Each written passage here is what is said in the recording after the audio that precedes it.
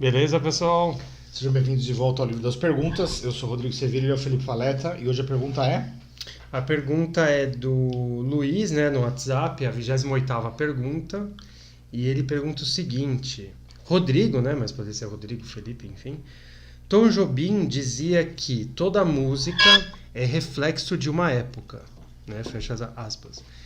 Estendendo, né, a frase para todas as manifestações artísticas como cinema, pintura e arquitetura, qual é então o reflexo da nossa época? Por que não se produz mais músicos como Mozart, poetas como Shakespeare e pintores como Michelangelo? Você acha que as artes visuais são decadentes em comparação com as do passado? Então essa, na verdade, é um combo de perguntas, né? E obviamente tem algumas... Bom, pessoal, eu confesso assim, eu não parei para pensar muito nessa pergunta, mas por já ter estudado um pouco de arte, já ter tido ter investido um pouco nessa área, eu gosto de pintar, desenhar, enfim, eu conheço um pouco, mas também eu confesso que eu aprecio, às vezes eu acabo tendo mais deleite por obras artísticas do passado até do que atuais. Mas assim, primeira coisa que essa frase que ele colocou do Tom Jobim, eu não acho que é da cabeça do Tom Jobim. Eu acho que essa história de você colocar a produção artística de uma época, seu reflexo dela, eu acho que Tom Jobim deve ter bebido de alguém. Eu não acho que seja de autoria dele, assim, talvez ele tenha feito só um paralelismo, né, puxando para a música. Mas a arte como reflexo, isso eu acho que já é bem antigo, inclusive, né? Enfim, para começo de conversa é assim, eu acho que às vezes acho que todas as épocas têm seus altos e baixos, né? Então, por exemplo, você vai ver como era a vida de uma pessoa, né? Assim, de um aldeão na Idade Média, ou até às vezes dos reis, era um horror, né? Você vai pegar a questão de insalubridade e tudo, e questão de qualidade de vida era muito ruim, né? As mulheres, às vezes, com as suas crianças, tudo, né? A sua família iam fazer sair de uma cidade a outra, às vezes o homem era assassinado, o marido era assassinado, a mulher era estuprada, né, em questões de segurança, tudo. Então, assim, é delicado, né? Primeiro que assim, é uma pergunta muito ampla, né, querendo dizer talvez que a nossa época é degenerada, né? Essa expressão até já marcou um pouco na história, essa expressão arte degenerada, né? Mas tem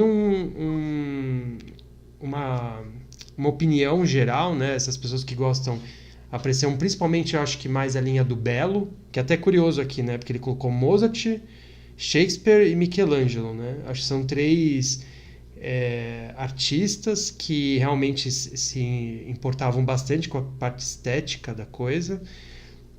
E assim, eu acho que hoje em dia, se você for procurar, você encontra, acho que questão de escritores eu não conheço muito. Eu trabalho até em livraria, mas eu não sou aquela coisa em casa de feira, espeta de pau. Eu não sou um grande leitor, muito menos escritor.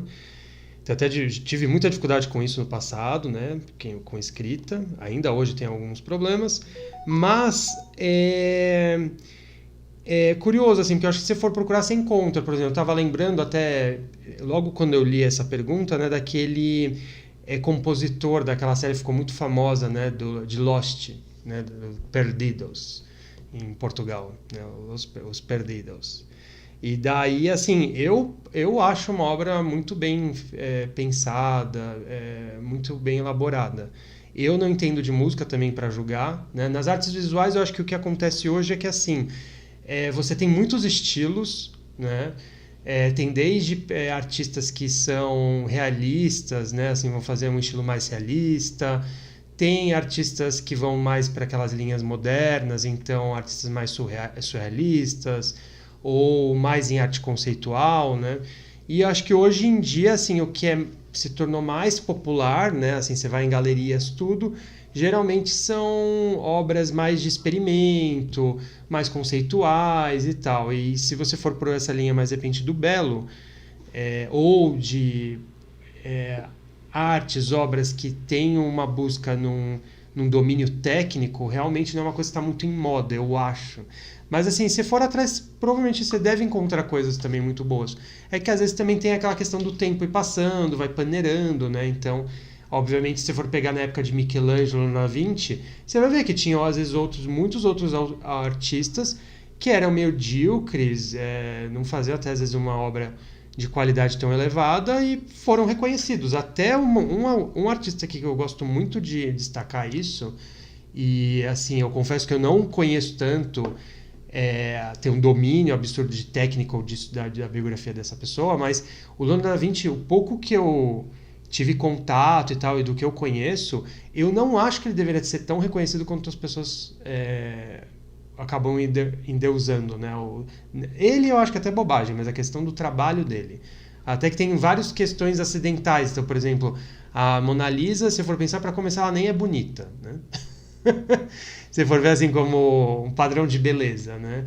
Não é uma obra chamativa. Se for pensar, não acho chamativo. Mesmo na questão do olhar, tudo, ele não foi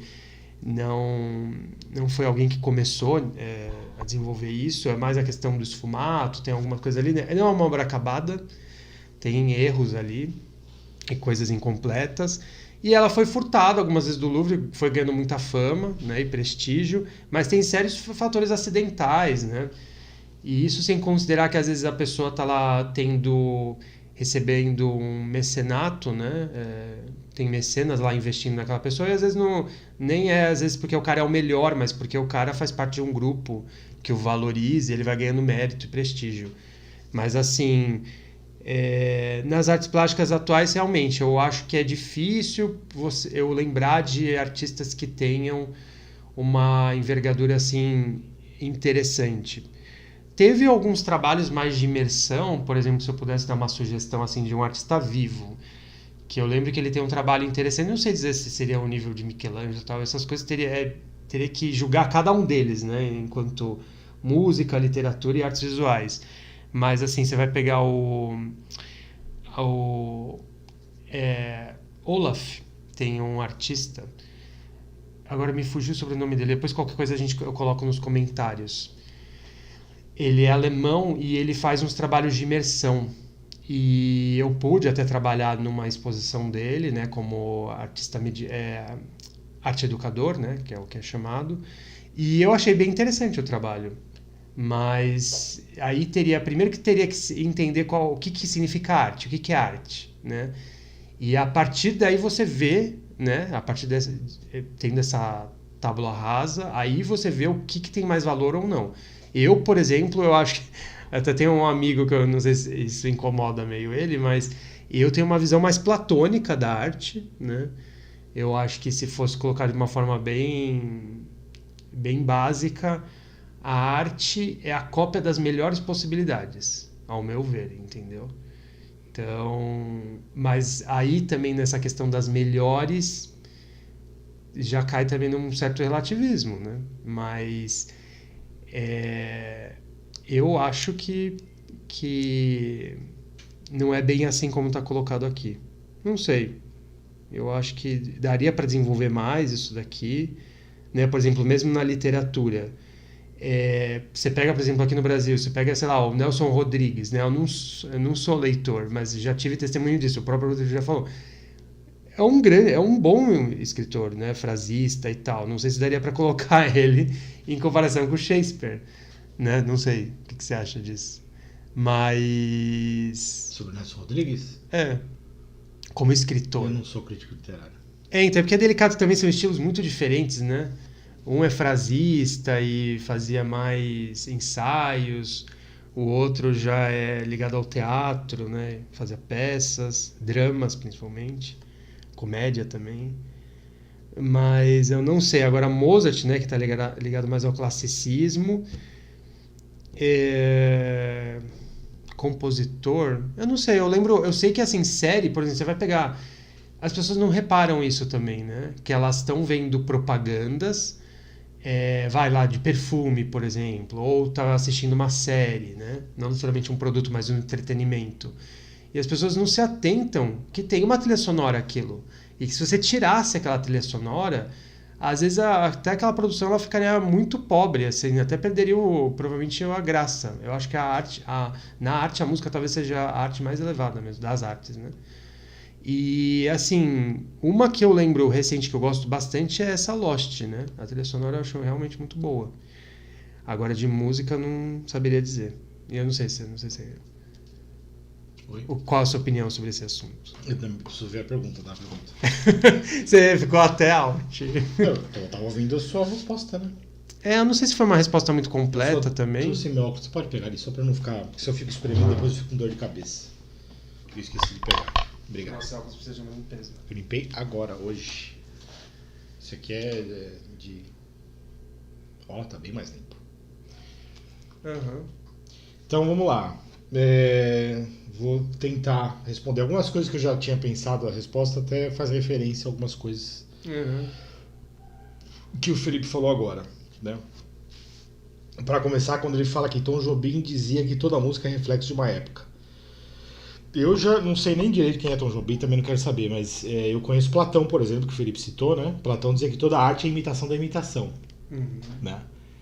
E eu acho que essa é uma referência boa para a gente pensar em beleza, o significado da arte para a vida humana, né?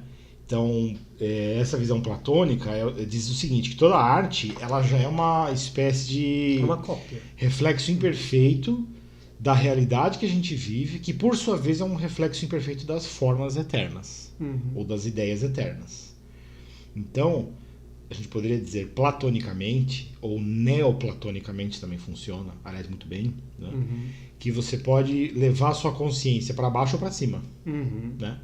Então, se você está preocupado com a arte, né, que é reflexo de uma época ou não, você já está pensando na arte num sentido histórico, civilizacional, temporal, secular, né? O meu interesse já é mais no sentido teológico, filosófico, perene e eterno, né, no sentido definitivo da coisa. Então eu não fico muito preocupado com a época, né? Porque se você já pega a função da arte, de acordo com essa definição de Platão, que é a imitação da imitação, então existem as formas eternas, apesar que formas é um termo mais aristotélico do que platônico, vamos dizer ideias, né? Existem as ideias eternas, na verdade, melhor ainda, vai. Existe a ideia fundamental, que é o bem universal, o sumo bem, que é Deus. Então existe Deus. Aí existem as formas ideais, as ideias eternas. Aí existe uma realidade, que é a realidade que a gente vive aqui, essa dimensão que a gente vive, que já é uma subdivisão dessas ideias eternas, uma aplicação dessas ideias eternas. E aí dentro disso o ser humano imita a realidade quando ele produz uma arte. Então, o que Platão está chamando a atenção é o seguinte, tem que tomar cuidado para não ficar querendo tirar demais da arte quando a função dela é pequenininha, né? Assim, pequenininha, porém muito poderosa, quando justamente ela reflete bem os ideais que estão acima até da realidade. E às vezes o artista consegue fazer isso. Então, para além daquela época. Mas olha só que coisa importante. Exatamente. O mais importante é o seguinte, a beleza é eterna. Entendeu? Então essa preocupação de a arte agora é boa, não é boa, não deveria importar muito. Porque a beleza que era verdadeira quando algum artista foi mais feliz na arte dele, continua sendo verdadeira hoje. E eu digo mais, nenhum artista jamais conseguiu realizar a beleza perfeita. Com certeza. Então você, como um ser amado por Deus, já está destinado, se você quiser acreditar assim, já está destinado a conhecer belezas que esse mundo jamais vai conhecer. Você entende? Aí a gente volta àquele tema do Agostinho. Não importa muito as coisas que acontecem neste mundo, porque esse mundo é só uma coisa que está passando pela sua alma. Como a sua alma tem um destino eterno, você está destinado a coisas muito maiores do que essas porcarias aqui. Assim, até, desculpa te cortar, né, que eu fiquei falando um monte agora e agora eu vou te cortar, mas o que eu acho engraçado é que nessa pergunta, às vezes dá para depreender que a pessoa tem um certo incômodo, né, ou uma decepção com relação à época que a gente vive, né? Eu já passei por isso. E eu acho que assim, o que você pode pensar também na parte psicológica dessa pergunta, né, se for pensar, que assim, que você tem essas obras acessíveis para o seu deleite hoje, entendeu? E que assim, o que para mim é artístico de verdade é atemporal, né? Então, realmente, aqueles que são filhos da sua época, na verdade, eu acho que até pode ser que a maior parte seja até lixo mesmo, porque eu acho que o que estão fazendo o melhor trabalho é aquele que não vai estar preso àquela época, entendeu? Mas assim, isso na minha visão. Então, o que eu posso fazer com a sua pergunta é o seguinte, como aliás que eu tento fazer com todas as perguntas aqui, certo? é levar para o objetivo meu, com o meu projeto, certo? O meu projeto é levar para vocês, todos que forem assistir o vídeo, tanto quem fez a pergunta quanto outras pessoas, aqui foi o Luiz, né, no WhatsApp? Isso. Mas para todo mundo, não só para o Luiz. É uma perspectiva diferente. Que é a perspectiva de que essas coisas que nos estressam não deveriam estressar. Entendeu? Então vamos pensar nas perguntas que a gente respondeu aqui sobre fim do mundo, a tecnologia, a marca da besta, não sei o que lá. Você não deveria ficar preocupado com isso. Ou, por exemplo, será que a arte agora está degenerada, não sei o que, a gente está mal. Também não deveria. Não, mas pode ser até uma outra coisa. De repente, eu tô até pensando em outra possibilidade. Ele, de repente, poderia estar até feliz de repente, achar que a nossa época é uma época de declínio, né? De repente, inspiração divina, né? Alguma coisa nesse sentido, de apreciação do belo, né? Falta de aperocalia, né? Falta de experiência da beleza e tal. E que daí isso seria até uma razão para acreditar que seria o fim dos tempos. De repente até ele poderia ver isso como um bom sinal. Não, se for isso eu não concordo. Isso, por exemplo, eu não concordo. Porque a gente não deveria idealizar o passado. Se tem uma coisa que fode a humanidade, é essa idealização do passado. Ou do futuro. Né? Porque o presente é a realização do passado e já é a promessa do futuro já. Então se tá uma merda hoje, bem-vindo ao mundo real. Sempre foi assim, sempre vai ser até o fim do mundo. Essa é uma visão espiritual ampla, entendeu? Que eu tô tentando te passar, mas até para tranquilizar, dizer assim, não se preocupa muito com essas coisas não, né? No capítulo 5 desse livro aqui, que eu escrevi no ano passado, a Monodofilia, se chama A Vida Criativa. Aqui eu falo sobre esse assunto. Tá? Brevemente, porque todos os capítulos nesse livro aqui, até o capítulo 9, do 1 ao 8, na verdade, são capítulos mais breves. Inclusive eu dei esse livro para ele, se eu não me engano. Então, aí ele ou qualquer outra pessoa que tem interesse pode procurar nesse livro, capítulo 5, que eu falo sobre esse assunto das artes, porque uma das dificuldades da vida espiritual é a gente sobrevalorizar as ações humanas quando elas são um mero reflexo de uma realidade muito mais estável e eterna, que é a beleza divina. Entendeu? Então, está tudo garantido. Nada depende de nós, tudo depende de Deus. Né? Então,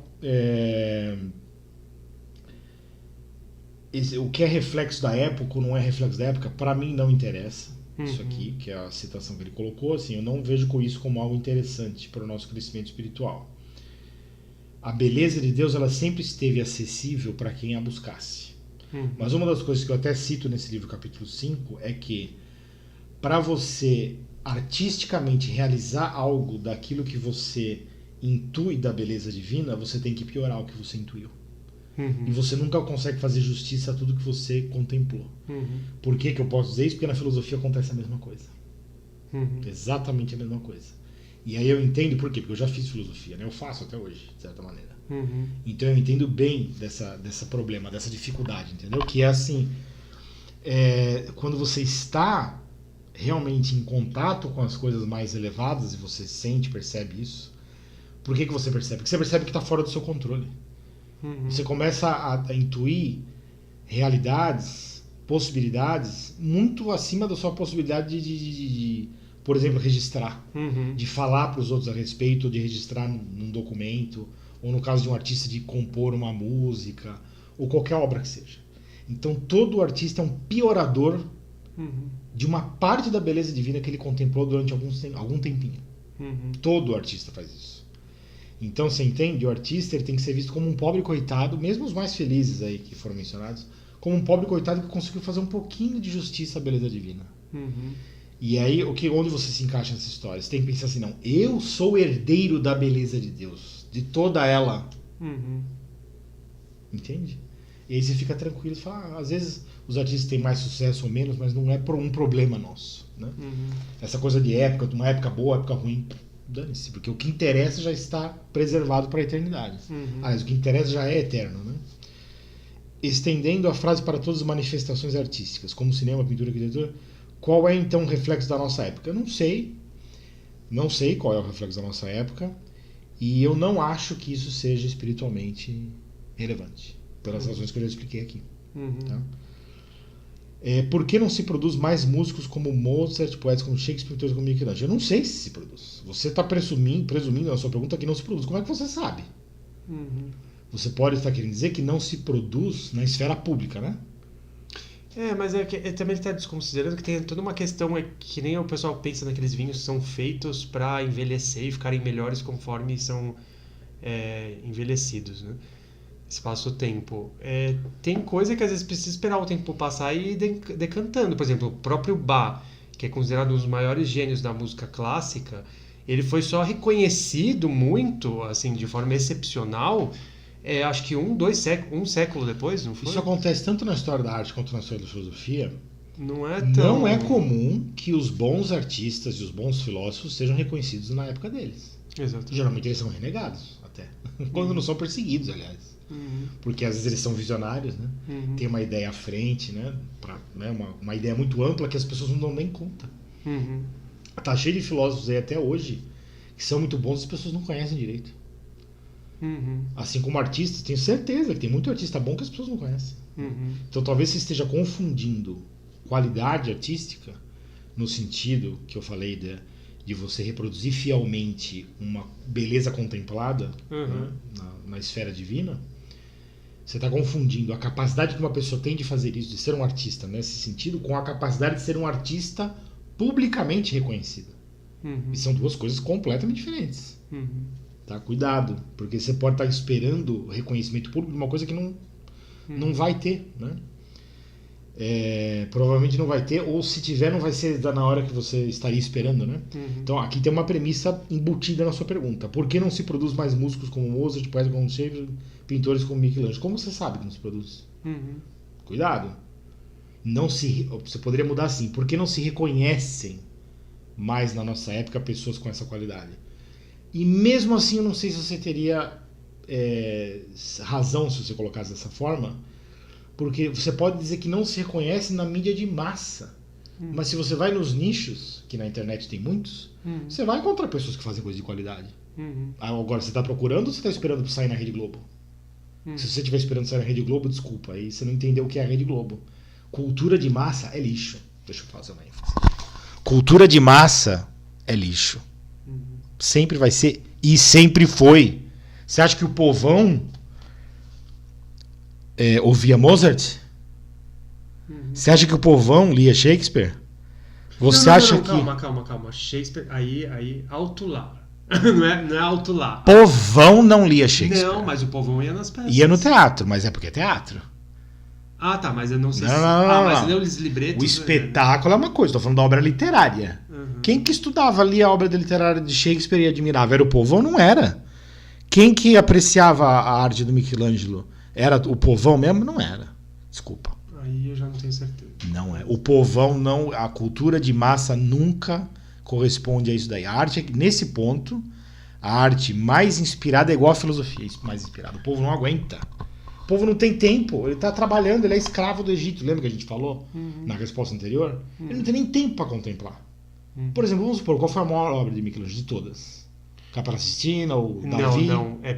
Tem uma competição forte aí. Tem Fala... a Capela Sistina, porque eu acho que talvez a mais complexa é a Capela Sistina. A estátua Sistina. do rei Davi. O Davi e a Pietà e o... Tá. Vamos pegar uma dessas. Mas escolhe você viu uma que ele pegou e falou Parla, que foi a... Escolhe uma. O Moisés, ele foi uma escultura que quando ele terminou ele falou Parla, ele bateu no... Tá. Moisés e Michelangelo, então tá bom. Quanto tempo uma pessoa tem que parar para apreciar essa estátua para conseguir admirar o que o Michelangelo realmente fez, com profundidade? Não é uma coisa de 10 minutos. Né? Não é. Provavelmente, para realmente apreciar, a pessoa tem que visitar vários dias e ficar horas vendo essa coisa, essa estátua. O povo não tem tempo de ficar 15 minutos vendo esse negócio. Se é que vai lá ver. Não, e hoje eles vão ver pra fazer o quê? Tirar foto. Pra tirar uma selfie. E eles nem olham. Eles olham pra si mesmo na porcaria do celular. Pros outros verem, né? Não, mas na época não tinha selfie. Então, mas na época também tinha povo, né? E o povo é aquela coisa, já falei aqui, eu gosto de indivíduos, de pessoas, mas detesto gente. Então, a cultura de massa reflete essa coisa das gentes, do povão, entendeu? A cultura de massa nunca vai reconhecer ninguém que faça nada que leve a Deus, porque o povão não quer saber de Deus. Da beleza, da verdade, de nada que tenha valor nesse sentido, entendeu? Eu sinto muito por isso. Eu não tô dizendo isso para dizer, olha, nós somos a elite aqui, tô me sentindo gostosão. Não, eu me sinto muito. Sinto muito, né? Porque é o que o Felipe mencionou, aquela expressão grega, apirocalia. Falta de experiência das coisas mais belas. Então por que as pessoas são ansiosas, deprimidas, violentas, miseráveis? Porque elas não têm experiência das coisas mais belas. Então eu lamento por elas. Eu não tô falando, o povão, né? Eles lá, eu aqui. Não, eu tô dizendo assim, infelizmente é assim que funciona. A massa é escravizada pelo faraó, como a gente já colocou aqui na pergunta anterior aí. A massa escravizada não tem tempo de pensar nas coisas mais elevadas ou de contemplar uma arte mais bela. Não, eu acho que tem até umas ironias aí, tá? Eu vou só falar algumas coisas curiosas aqui. Por exemplo, por muito tempo se pensou que aquelas arquiteturas egípcias antigas, gregas e romanas, eram cor areia, né? Era a cor da própria pedra, elas não eram pintadas. E daí se criou, né, até no neoclassicismo, tudo essa impressão de que o que era clássico era aquelas formas brutas, mas sem uma pintura por cima, né, no sentido da arquitetura. E daí depois, quando se descobriu que aquilo, a maior parte era tudo pintado, até o pessoal achou meio brega e passou um pano por cima, assim, histórico, entendeu? E depois tem outras, por exemplo, para uma pessoa que é cristã, se ela for entender qual que era o sentido usado para aqueles templos egípcios antigos, ela talvez até despreze aquela estética por causa disso. Por exemplo, eu consigo hoje apreciar um templo grego, por exemplo, um templo de Philae ou de Luxor e tal, sem ter problema por causa dessa história espiritual. Mas assim, se for entender que toda a inspiração para a construção daquilo lá foi para um sentido espiritual e que talvez não tenha necessariamente nada a ver com Jesus, e sim pelo demônio, por anjos caídos, aí aquilo ganha um outro sentido. Então, assim, às vezes é bonito esteticamente, mas aquilo também tem um sentido, tem um significado, né? E a Capela Sistina, tem algumas coisas, assim, inclusive esses três, o mais curioso é que esses três que ele citou aqui, se você for estudar a biografia deles, é esquisito. Eles têm umas coisas estranhas. Isso é uma coisa que eu ia mencionar. Cuidado com as artes consagradas, porque às vezes o que está sendo consagrado é por motivos de idolatria, né? Então, por que você ficou sabendo dessas pessoas? Não, assim, não foi simplesmente por uma visão artística. Foi por uma consagração histórica. Quem consagrou historicamente essas figuras? Foram pessoas com puras contemplações estéticas? Puros interesses estéticos? Ou tem uma propaganda em cima? Sempre tem propaganda, porque é aí que tá. O homem tem a história da filosofia, tem a história da arte, mas ele é o quê? O homem, um grande mentiroso. Então, daí também tem que reparar que, de repente, outros, talvez que eram muito melhores que esses, foram obscurecidos por causa dessa propaganda. O homem é um grande mentiroso, um grande idólatra. Quando você vê grandes nomes, cuidado, porque pode ter intenções, às vezes, de você, por exemplo, né, obscurecer coisas mais valiosas e que ficam enterradas. Eu tenho até uma teoria, né? Uma vez eu falei pro Rodrigo, eu achei engraçado, assim, eu não escreveria nada sobre isso porque eu não tenho paciência para escrever, eu não gosto de escrever. Mas uma vez eu pensei uma versão minha do Amadeus. Na verdade não tinha nada a ver com o Salieri. A questão é que o Mozart, ele era um apreciador do belo, de verdade. O pai dele já era da maçonaria, ele inseriu a maçonaria também. E depois, quando ele descobriu as coisas feias que eram feitas lá atrás das cortinas, né, lá das lojas, aí aquilo lá talvez tenha mexido muito com ele, porque ele era um cara também bem temperamental, dá para perceber isso nas cartas dele. Mas que era um cara, você percebe pela obra dele, muito voltado para a parte estética, muito, extremamente, pela questão do belo. Em algumas coisas até o sublime, que nem você vai pegar lá o hacking dele, até eu acho que já é mais toca a questão do sublime. E é engraçado que a última composição dele é um hacking, né? Então é engraçado, assim, é uma coisa muito estranha. Ele morreu como um Zé Ninguém, né? Ele foi... as pessoas o aplaudiam, o reconheciam mesmo na época dele, mas quando ele morreu que nem um Zé Ninguém, né? Até naquele filme Amadeus mostra isso. Falando um pouco de teorias da conspiração, diz que a Flauta Mágica, que é uma obra de Mozart, é totalmente inspirada em símbolos maçônicos. O Hamilton. Então o Mozart está envolvido com esse negócio da maçonaria. Mas é delicado, né? Porque também a forma como ele morreu, pra mim tudo isso tem um significado, né? Eu acho que de repente ele descobriu alguma coisa lá, que talvez Sim, quis ele escreve um romance, conta a sua história, que vai ser uma entre 5.000 histórias. Mas isso também não importa. Não, mas a questão... O que importa é colocar as coisas no contexto. Isso. Existe o Mozart de Almanac, que é um grande artista, um grande músico. Existe o Mozart verdadeiro. Uhum. O verdadeiro está misturado com um monte de coisa da história dele, do problema político da época, porque artistas que são prestigiados na própria época que eles vivem estão metidos com política. E aí vem a questão espiritual, envolvimento com maçonaria, só o pai dele ou ele também, provavelmente ele também, ou pelo menos até um certo ponto, talvez até para ter sucesso, para ter o dinheiro, entendeu? Porque artistas ou filósofos que são reconhecidos na sua época, alguma coisa tem, entendeu? Ou foi uma grande felicidade, que pode acontecer às vezes mesmo, ou alguma coisa pode ter, né? Um complô, um compromisso. Shakespeare eu não sei dizer, mas era um cara cheio dos esoterismos, isso Ocultismo, com certeza. Ocultismo, ele tem, esotérico, ocultista, provavelmente o Shakespeare tem umas coisas aí para ser tem até necromancia, né? O Michelangelo eu sei dele que ele tinha um benfeitor, que mecenas. Era o Pico della Mirandola lá, Pico della Mirandola. Que ele tinha a maior biblioteca cabalística da Europa e uma das maiores do mundo na época. E pelo que eu entendo, a nave da Capela Sistina foi projetada para corresponder à nave do Santo dos Santos. Do Santo dos Santos, de acordo com a Bíblia do Antigo Testamento, de acordo com a visão cabalística. Né? E na verdade muita coisa no Vaticano lembra isso, né? Aí eu entraria em muito mais coisas aqui, tá? Mas tem muita coisa cabalística secreta dentro do Vaticano. E Michelangelo, como um grande artista que trabalhou lá, provavelmente tinha muito conhecimento também ocultista, místico do cabalismo. E outro cuidado que tem que se ter também é o quanto a pessoa também, o gosto que ela desenvolveu por aquilo também não é um gosto fomentado por uma cultura. Né? Que se você for ali analisar de verdade, né, sobre o que é o belo, o que é o sublime, o que é a arte de verdade, às vezes se você for lá cavar, você pega uma obra do artista, cava, vê o sentido daquilo, o que aquilo, quais são as possibilidades que aquela obra traz, né? E está sendo colocada ali, você começa a ver que não é bem assim, entendeu? E também tem sempre a questão técnica e conteúdo.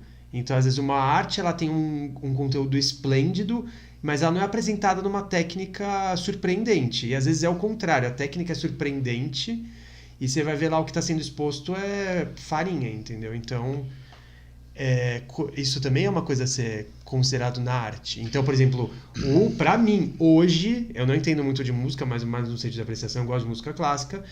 O Mozart, ele destaca muito belo, mas ele não é profundo. Se você for procurar nas obras do Mozart, eu também não ouvi todas, mas bastante coisa.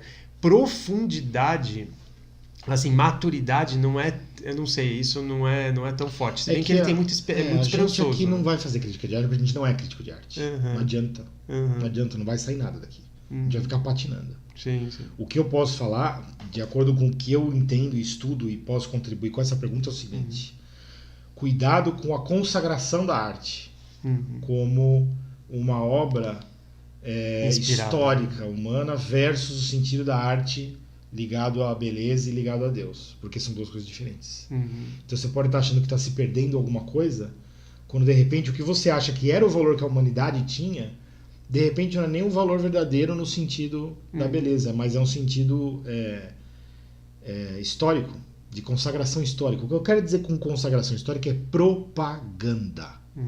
Entendeu? Pode ser que bons artistas você nem veio a conhecer porque eles não foram propagandeados. E esses aqui foram envelopados. Eu posso citar uma outra área da atividade humana onde acontece isso também? Ciência. Tem muito cientista bom que ninguém conhece. Talvez até os melhores. Por exemplo, uma coisa curiosa, né? O Einstein, o pessoal bajula, fala tem livros e livros, é o cara... Você fala assim, você quer falar que um cara é um grande cientista, você fala que parece o Einstein, né? Agora, o Tesla, o pessoal tá reconhecendo agora. Ele ficou por muito tempo bem esquecido, inclusive, né? Então, tudo que está ligado ao poder, e você veja, tanto a filosofia, quanto a arte, quanto a ciência são ligados ao poder. Aí complicou. Entendeu? Cuidado com essas consagrações. Né? Você tira os nomes assim da cartola, né, de almanaque, e fala, grandes nomes, por que não se vê algo parecido hoje? Eu não sei nem se esses caras são tão bons quanto corresponde à figura pública deles, entendeu? Porque o ser humano mente. Esse é o meu problema, você entendeu? Eu tô num mundo em que o ser humano mente pra caramba. Eu ligo a televisão, não posso acreditar nos caras. Aí você abre os livros de história e vê esses caras. Só que os livros de história era a Rede Globo de antigamente. Você entende o que eu tô falando? Então esses nomes consagrados, como é que eu não sei que é tudo propaganda também? Eu não sou crítico de arte para chegar ao ponto de entender essas coisas. Eu entendo um pouquinho aqui ou ali. Mas quem procura acha. E aí, para responder a última pergunta que você colocou, você acha que artes atuais são decadentes em comparação com as do passado? Não, porque eu não sei nem qual é o conceito que você está usando de decadência. Eu acho que você talvez esteja confundindo artes verdadeiras ou elevadas com a arte de massa, cultura de massa. E aí você está procurando que a cultura de massa seja uma coisa que ela nunca foi feita para ser. E nunca foi, na verdade, nem no passado. Porque tem que entender que nessa época também tinha cultura de massa nessa Exato. época. Entendeu? E os bons, não sei nem se são esses caras aqui que você citou, por exemplo. Mas os bons nunca foram reconhecidos. Em lugar nenhum. Às vezes dava certo de um governante poderoso ou uma pessoa rica reconhecer na época que o cara estava vivo. Mas isso era praticamente um milagre. Mas nas artes visuais, assim, desses bambambam que o pessoal conhece, eu acho que, assim, um que eu lembro um pouco mais, que realmente em vida não foi reconhecido, que inclusive as obras dele foi vendido a preço de banana para carroceiro, foi o Vincent van Gogh. Mas, assim, você vai pegar o Michelangelo, Da Vinci, Botticelli, Rafael... Eu penso o seguinte, artes plásticas, principalmente artes plásticas, eu acho que, assim, em tudo o ser humano mente. História da filosofia, história da religião, história da ciência e história das artes. Mas nas artes, especificamente artes plásticas, às vezes eu tenho a impressão que é tudo mentira. Que os caras inventam o que eles quiserem, entendeu? Tem alguns poucos que realmente gostam da coisa e entendem. Mas às vezes eles não podem nem falar a verdade para não serem desclassificados pelos colegas, pelos pares. Porque imagina que aparece hoje um artista, vamos supor que eu sou um artista famoso, e eu vou falar mal do Leonardo da Vinci. O que vai acontecer? Acabou. O que vai acontecer comigo? Esse é o problema. Eu tenho mais chance de ficar mais popular, assim, por estar pondo um abacaxi na cabeça, né? Passar de idiota. Mas das pessoas falarem, nossa, o Felipe tem razão. Acontece, por exemplo, na ciência.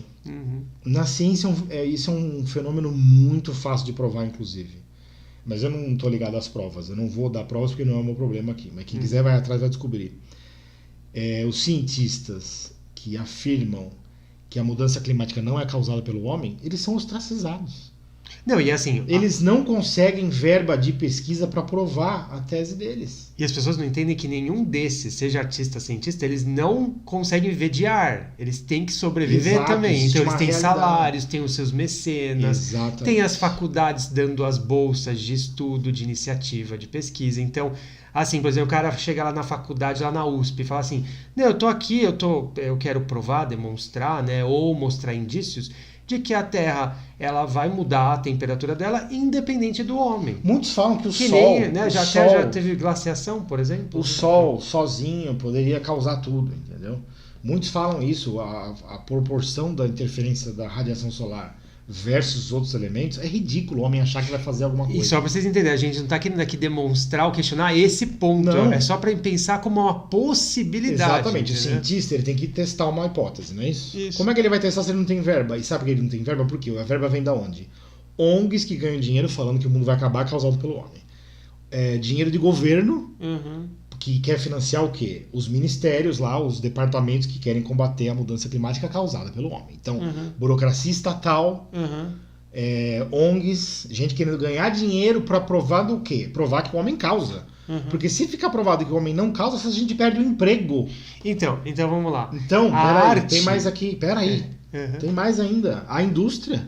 Existem indústrias de energia que é menos poluidora, teoricamente menos causadora da mudança climática, e indústrias inteirinhas que, se ficar provado que o homem não causa, elas acabam. Bilhões de dólares. Fala aquela história do Tesla lá com relação a passar a energia pelo ar e não precisar de cabos. Aí é um exemplo, a história. Um exemplo, né, que o Tesla teria desenvolvido um sistema, né, uma tecnologia para transferir energia de um local para o outro sem cabos, né? Mas que não é o Bluetooth, é uma outra... Bluetooth é dados, né? Tá. São sinais. Você tá falando de sim, energia. óbvio. Tá certo. De energia. Tô viajando. Energia. Uhum. Transferência de energia wireless, né? Uhum. Mas ele, teoricamente, teria sido vencido por uma campanha de desmoralização criada pelo Edison, porque o Edison e os amigos dele já tinham comprado direitos de mineração de cobre por 100 anos para explorar o cobre, para fazer a fiação, para passar a energia nos Estados Unidos inteiro. Então, como é que é? Eu quero ganhar dinheiro com cobre. Como é que eu vou ganhar dinheiro com cobre se você vai fazer um negócio wireless? Não vai ter a indústria, entendeu? Eles compraram as patentes do Tesla, engavetaram tudo. E acabaram com a carreira dele. Né? Acabaram com a carreira dele, mas não deixaram de usar a tecnologia dele, porque hoje tem indícios, evidências de uso da tecnologia que ele inventou para fins bélicos. Né? O terremoto da Turquia e agora onde é que teve? Marrocos, né? Não, a Líbia foi enchente. Tá. Acho que no Marrocos teve um terremoto que o pessoal também viu luzes azuis no céu, igualzinho aconteceu na Turquia. E os caras que entendem do negócio, da engenharia lá, falam, isso aí é a arma que os caras desenvolveram baseado no Tesla. Na tecnologia do Tesla. Você pode usar essa ferramenta que era para transferir energia para criar uma arma de energia que eles lançam de muita distância e causa terremoto, por exemplo. Tá? Mas assim, a gente foi longe na história, mas o que eu estou querendo mostrar para você é o seguinte: você está querendo dizer para mim que tem uma história linda, maravilhosa no passado, de artistas perfeitos, lindos, maravilhosos, e que hoje não é mais assim. E eu estou querendo descascar essa cebola e mostrar para você que a realidade é bem mais complexa. Porque, primeiro, o que você está esperando é que a cultura de massas não seja cultura de massas. E ela sempre foi isso, sempre foi um lixo. Sempre foi um lixo. Porque o povo não aguenta, entendeu? O povo precisa de um entretenimento bem circo, ou um teatrinho lá, uma coisinha, um cineminha, uma coisinha bem... Só pra entreter, não só é pra ficar entreter, pensando. Porque o cara é um escravo. Ele precisa ser entretido pra aguentar essa merda de vida que ele vive. A maioria dos seres humanos vive só pra descansar. Precisa descansar.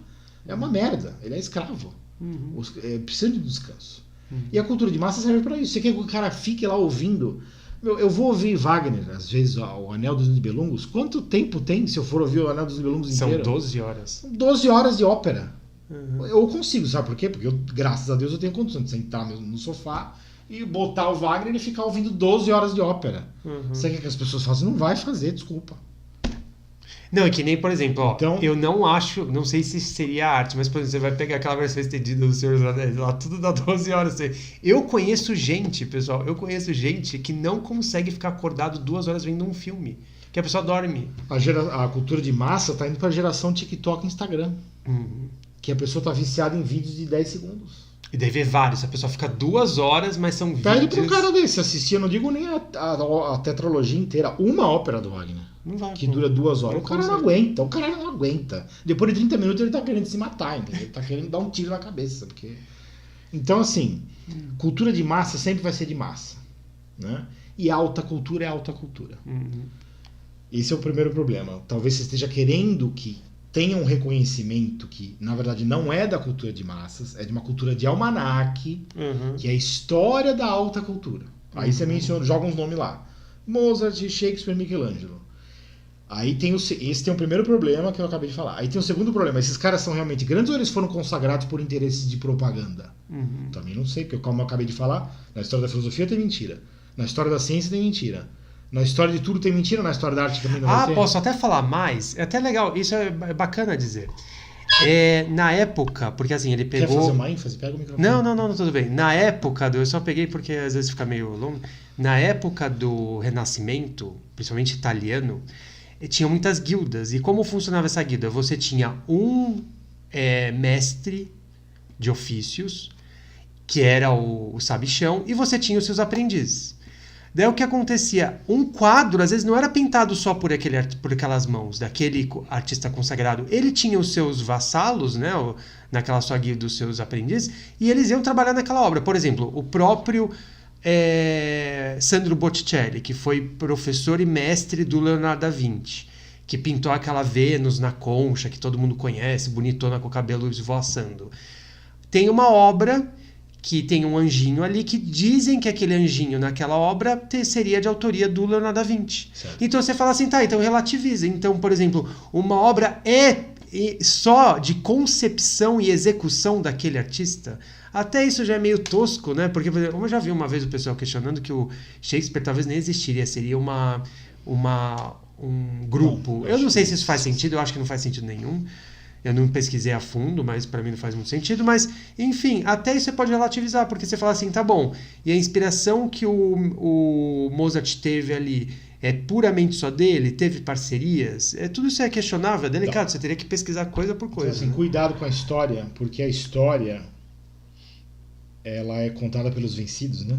Como se fala geralmente em história militar, mas vale para tudo. No Egito Antigo, sabe quando você vê aqueles propaganda, templos? a história é usada para se fazer propaganda. Não, vou dar um exemplo bem velho, já para o pessoal saber que isso é bem antigo. Sabe aqueles templos antigos do Egito, que tinham aqueles templos e na frente Os dele... caras apagavam e faziam um negócio em cima. Eles faziam aqueles pilones, que são aquelas torres altas com aquela porta no meio, e depois vinham as salas de colunas e tal. Então, ali, os faraós usavam aqueles pilones para fazer propaganda militar. Então, por exemplo, o Ramsés ia lá, ganhava uma batalha, ele colocava ali, usava o pilone daquele templo para fazer propaganda. E o próprio templo já era uma forma de... investir na casta sacerdotal, né? Assim, bom, isso vai longe. Não, então, essa questão também, vamos pensar em grandes obras. Ele apagava coisas que outros faraós faziam e colocava o nome dele para no tempo, né? No tempo da humanidade, ele se perpetuar como sendo o autor daquelas obras. Mas os arqueólogos, eles vão lá e descobrem que, na verdade, já foi raspado. Vamos pensar em grandes obras, por exemplo. Você fala assim, as pirâmides, as grandes catedrais da Europa. Muita gente foi escravizada para construir essas coisas. Então são coisas consagradas, mas que humanamente a gente não deveriam ter sido feitas. Se você pensar do ponto de vista cristão e espiritual, não deveriam ter sido feitas. Porque quantas famílias foram usadas para construir esses monumentos, catedrais, essa coisa toda que o pessoal acha lindo, maravilhoso? Quantas pessoas não foram escravizadas para levantar isso daí? Muita misericórdia. É só procurar a história. Então, cuidado com a consagração do próprio ser humano. Cuidado com o humanismo. Leia meu livro, eu falo do humanismo aqui. Cuidado com essas armadilhas, entendeu? Com a consagração do próprio ser humano, porque o ser humano, quando ele vai contar a história dele mesmo no passado, ele se consagra. Porque ele é um mentiroso, ele quer dizer que ele tem muito valor. Quando na verdade não é bem assim. Quando você vai ver um artista muito bom, puro, assim, puro. Quem é puro? Né? Puro é Jesus Cristo, mas um artista mais próximo da pureza, sei lá, um Bach, por exemplo. O Bach falava assim, a função de toda arte é glorificar a Deus. Ele mesmo está tirando a autoria dele da frente. Só. Aliás, no capítulo 5 eu faço um raciocínio usando o Bach como modelo. Porque ele falou essa frase, né? Toda arte só serve para glorificar a Deus, não serve para mais nada. Se não presta para isso, não serve para mais nada. Ele falou, no caso da música, se a arte não glorifica a Deus, são barulhos e ruídos infernais. Então, cuidado, né? com arte. Tem de tudo nessa confusão. E até esses próprios autores, esses artistas que você pegou, a qualidade das obras não são todas do mesmo nível. Então você vai pegar obras da velhice do Michelangelo, assim, até algumas coisas meio toscas, porque já tem mais força. A pergunta dele foi geral, né? Claro, ele acha que assim, hoje em dia não se produz mais isso. Na verdade eu não sei. Como o Felipe falou, às vezes acontece isso, certos estilos ou modos de produzir arte podem mudar a forma como isso é empregado. Vou dar um exemplo da filosofia. Às vezes a filosofia vira crítica literária, ou até literatura. E vice-versa. Às vezes tem, por exemplo, Nietzsche não era um filósofo, ele era um poeta. Mas tem filósofos que escreveram literatura. Não, e o que ele não entende é que assim, não é uma questão que não entende, mas que ele poderia ir atrás, é assim, de repente... Procurar beleza. Se você procurar beleza, você sempre vai encontrar. Você vai encontrar. Então, por exemplo, eu já fui na casa de uma senhorinha que ela tinha um afresco na casa dela que tecnicamente era extremamente bom. Eu não sei quanto ela pagou para fazer aquela arte. Era uma amiga da minha avó, chamava Naira, ela já é falecida, inclusive. E ela tinha uma parede enorme na casa dela com afresco, que aquilo deu muito trabalho. E assim, eu sei que tecnicamente tinha muito valor. Mas assim, esse cara, ele vai talvez ter tanto destaque quanto um cara que faz uma arte conceitual hoje? Talvez ele nem Então, queira. Mas o cara existe. Então, às vezes o cara, você quer um domínio técnico, às vezes esses caras existem, só que às vezes eles são um nicho no mercado. Só que você tem contato com esse nicho do mercado? Você conhece pessoas que são riquíssimas e estão pagando esse tipo de serviço? Então não espere, de novo, não espere da cultura de massas o que não é do departamento da cultura de massas. Não espere. Não espere porque não vai sair daí. Mas se você procurar, duvido que você não vai achar, porque o ser humano continua buscando a beleza. E alguns, assim como buscam a verdadeira ciência, a verdadeira filosofia, buscam produzir também a verdadeira arte. O mais próximo possível de Deus. Tá? Então busca que você vai encontrar. Cuidado com arte camuflada, beleza, de formas que você não espera. Então, por exemplo, como o Felipe falou, no cinema, né, em filmes ou em shows de televisão, às vezes você tem bons escritores, por exemplo, e bons compositores de música. Que eles estão produzindo ali por quê? Porque o dinheiro está lá, o artista precisa sobreviver, né? Então onde que está o dinheiro? Está em Hollywood, o cara vai lá, o cara vai trabalhar lá. E às vezes tem um excelente compositor que poderia dar um pau aí no Mozart e você nem está percebendo porque você está querendo que venha de uma forma que não vai vir mais. Né? Procura lá aquele pianista brasileiro que aparece na internet toda hora, como é o nome dele? Vinheteiro, né? Ah, o Vinheteiro. O Vinheteiro é um excelente pianista, aparentemente. Mas eu não sei se é um grande compositor. Não, provavelmente mas não. Ele é um bom pianista, mas ele conhece a arte. A arte dele ele conhece. Ele é um pianista de sucesso, assim, bem resolvido na área dele. E ele fala, não dá pra fazer isso no Brasil. Ele às vezes ganha dinheiro na China, na Coreia, caras que nem ele, não no Brasil. E mesmo lá também é difícil competir com a cultura de massas, né? Então você tem que procurar pra achar, mas sempre foi assim. Você pode encontrar no cinema. A gente conheceu um pianista que foi pra Europa, porque ele falou que ele também não dava. Não tem como fazer. Meu xará, inclusive. Então procura no cinema, procura na televisão, porque realizou-se aquilo que era a visão do Richard Wagner, na verdade, né? O Wagner ele tinha a visão da Gesamtkunstwerk, né? Que é a obra de arte total, né? E se realizou. Qual que era a ideia dele? Você vai fazer todas as artes ao mesmo tempo e a música vai ser o centro. E isso é realidade hoje no cinema. Muita gente não sabe, mas o cinema tem muito menos a ver com os atores e com o texto e muito mais a ver com a música. Se você pega um filme e tira a música, você vai ver que aquilo lá desmorona todo completo. Bom filme, toda boa série é música, em primeiro lugar. Exatamente como o Richard Wagner tinha falado que deveria ser. Então, o que você tem que fazer? Procurar, às vezes, a música, não nos compositores de hoje em dia. Porque os bons compositores estão em Hollywood, entendeu? Estão fazendo filme, não estão fazendo música como o Mozart faria na época dele, entendeu? Porque ainda não existia. Mas se você for pensar nesse processo também, uma coisa que é interessante é que a arte sempre tem, e assim como o cientista que a gente estava falando, essa subordinação. Isso. Então, é uma subordinação de sobrevivência física e temporal. É uma coisa até meio ridícula. É por isso que eu falei aqui em outro vídeo que eu acho bom que as pessoas possam contar com o fato de que eu sou uma pessoa independente. Eu sinceramente acho que eu tô fazendo uma... Você não tem um mecenas por trás, não tem um mecenas por trás aqui. Eu não tenho nada por trás. Pagando e falando, essa é a pauta que vocês vão usar. Eu tenho Deus por trás porque ele me abençoa e permite que eu viva, entendeu? Só. E eu acho isso um privilégio para vocês. Para toda a internet, que eventualmente qualquer pessoa que possa me assistir, qualquer um, eu poder dizer uma coisa dessa, eu não tenho nada por trás de mim, nenhuma instituição, nenhum poder, nada, e é difícil uma pessoa conseguir estudar e ir até certo ponto de profundidade sem ter esse apoio por trás, é muito difícil acontecer. Mas enfim, para finalizar aqui, você perguntou, você acha que as artes atuais são decadentes em comparação com as do passado? Eu acho que é muito difícil dizer isso, teria que ter um conceito de decadência, eu não o tenho, que é não arte? tá claro. Aqui tem uma certa premissa de que no passado as coisas eram melhores, eu não posso concordar com isso, né? Porque tinha, como eu falei, que a escravidão. Né? A escravidão sustentava grandes obras no passado. E aí? Por exemplo, quando o Mozart estava compondo, qual que era a inspiração dele? Você sabe sondar isso no coração dele? Porque assim, às vezes o que se mostra é bonito, mas a inspiração é importante também, né? Então, qual a nota disso? Eu acho que a questão temporal, que é o que está por trás de todas as suas perguntas aqui, é o tempo, né? Eu acho que você tem que ter uma visão agostiniana, se você quiser ter um privilégio espiritual, aí pensar num upgrade na sua mente, ir para uma visão agostiniana do tempo, né? Que é a visão da cidade de Deus e a cidade dos homens. E as suas perguntas são ligadas à cidade dos homens. Você está querendo melhorar uma coisa que já foi condenada à destruição.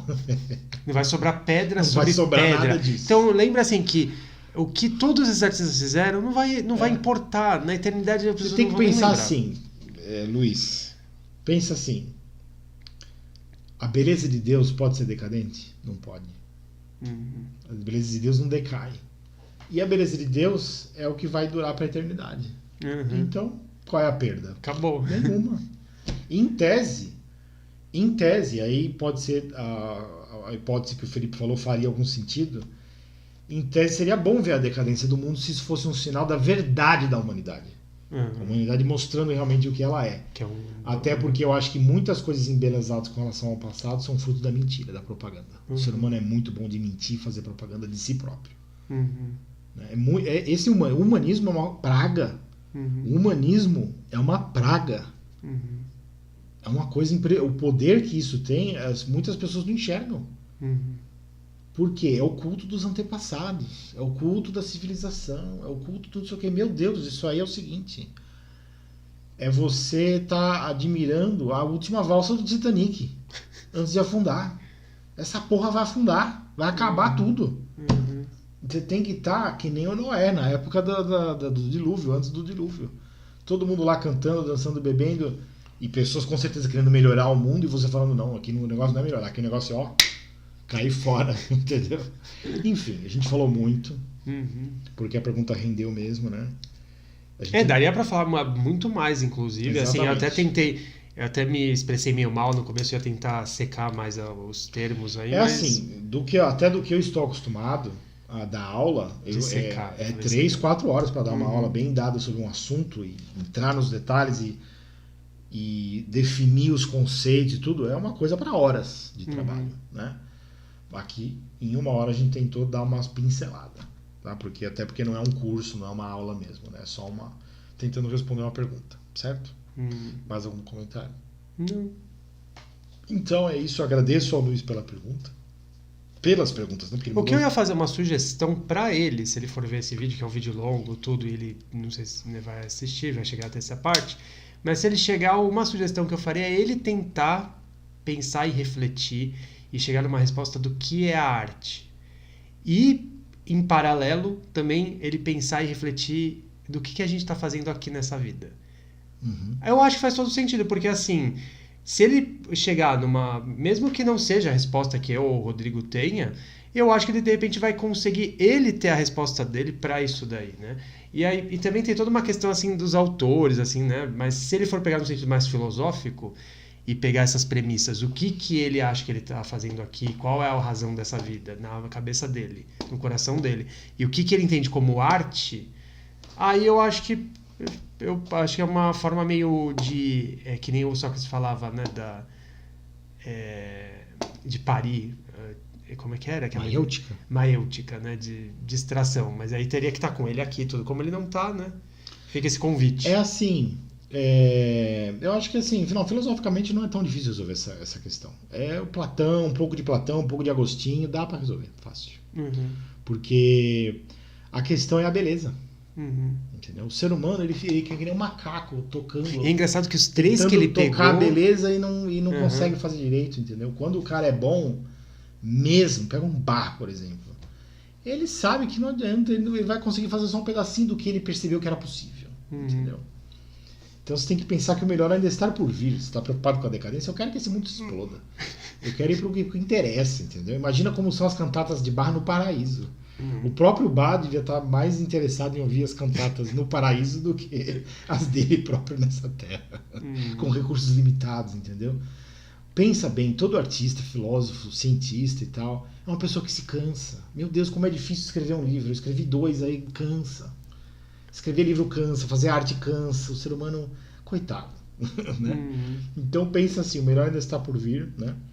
Não se preocupe com a decadência, ou até se anime com ela. E tudo que é bom vem de Deus e está preservado na eternidade. Então, assim, você também não tem que ter frustração nenhuma, porque tudo que é bom está preservado. Capítulo 5 desse livro, eu falei sobre esse assunto. Se você entender o capítulo 5 aqui, está resolvida a parada. Tá? Se você tiver alguma dúvida específica, manda para nós. Certo? Hoje foi dia 21. Não sei se vai dar tempo de publicar ainda hoje exatamente, mas eu vou fazer o possível. Esse vídeo aqui. E amanhã teria uma alegação, a número 5, e amanhã é sexta?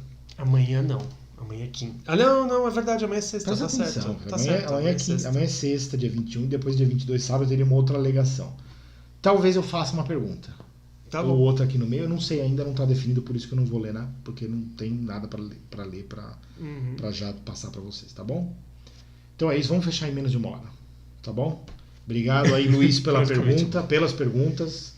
Obrigado, valeu. Ajudou a gente a falar um monte de coisa. que é o objetivo do livro das perguntas. Obrigado a todos, tchau, até a próxima. Uhum.